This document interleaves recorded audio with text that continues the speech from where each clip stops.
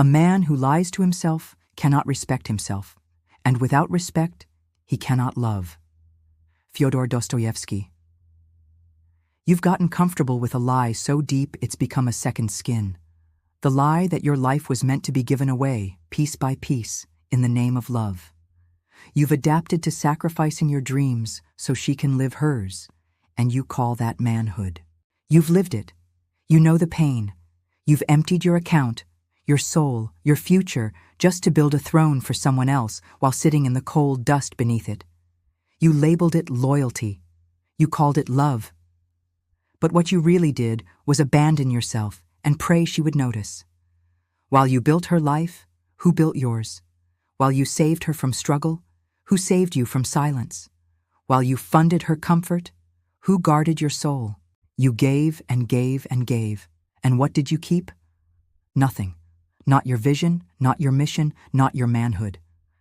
Dostoevsky wrote about this silent collapse, not just suffering, but the man who throws away his soul for someone who never asked him to. You counted your sacrifices like they were medals. You told yourself it made you noble, but you never stopped to ask if what you were doing was actually love or fear. You thought suffering made you strong, that sacrificing yourself made you valuable. But it didn't make you respected. It made you invisible. You weren't building a future. You were building a prison. Brick by brick, bound by your own fear of not being needed. You believed the myth, if I give more, she'll love me more. But deep down, you don't feel loved. You feel used. And now you're bitter about it. You think she took everything. But the truth is, you volunteered. You gave it all away, hoping she'd stay, and called that selflessness. Dostoevsky said lying to yourself is more dangerous than lying to others.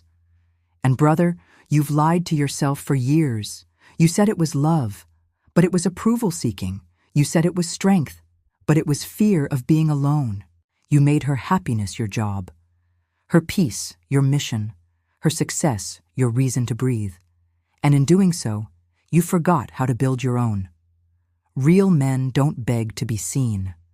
Real men build something so powerful that the world takes notice without them having to plead. You've built her palace. She sat on the throne, and now you're shocked when she leaves, because you were never the king. You were the laborer. She leaves not because she's cruel, but because she sees what you couldn't admit. You were never building for you, only for her.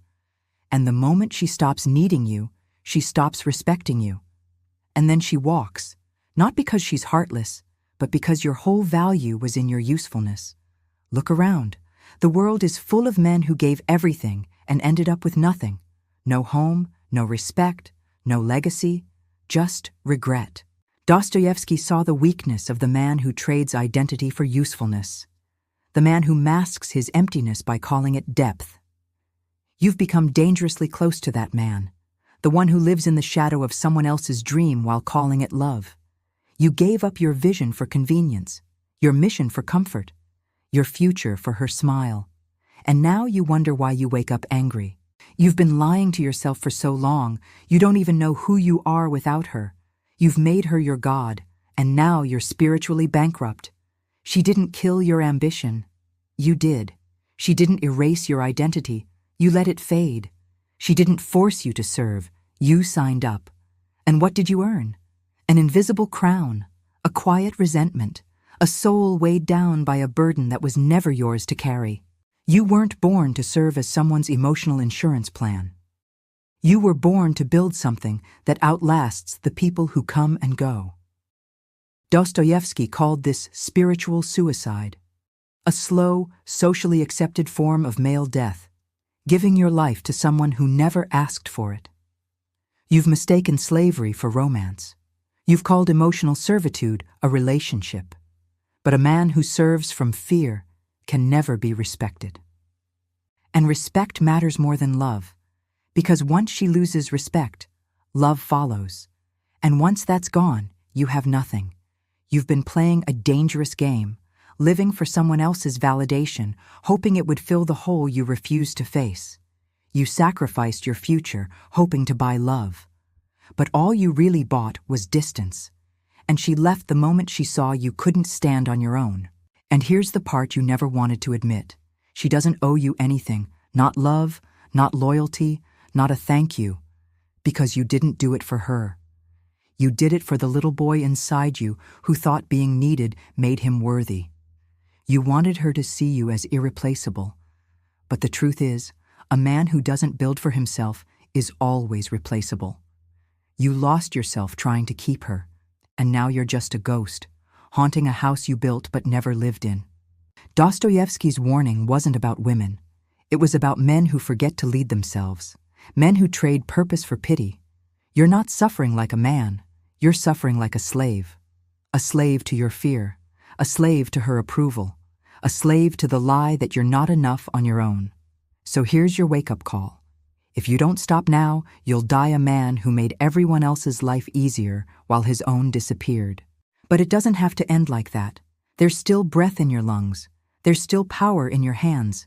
You can still turn it around. But only if you stop lying, only if you stop begging, only if you start building. So here's what you do. And don't just listen. Execute.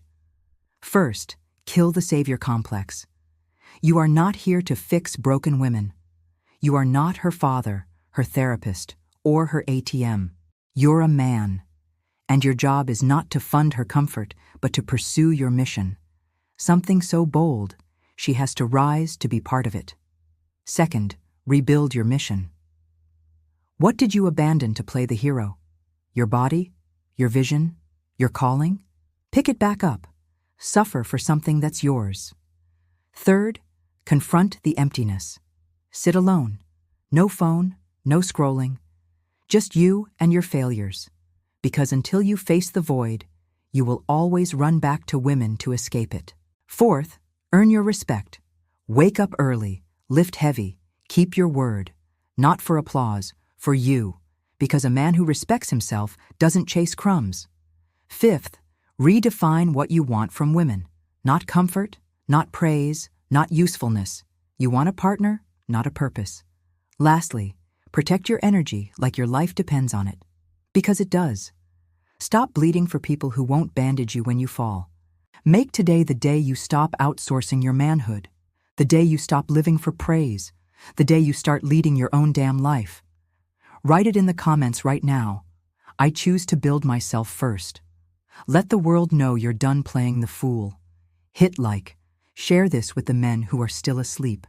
Subscribe so you never miss the next wake-up call. Because as Dostoevsky said, the darker the night, the brighter the stars. And brother, your night has been long enough. It's time to rise. Not for her, not for them, for you.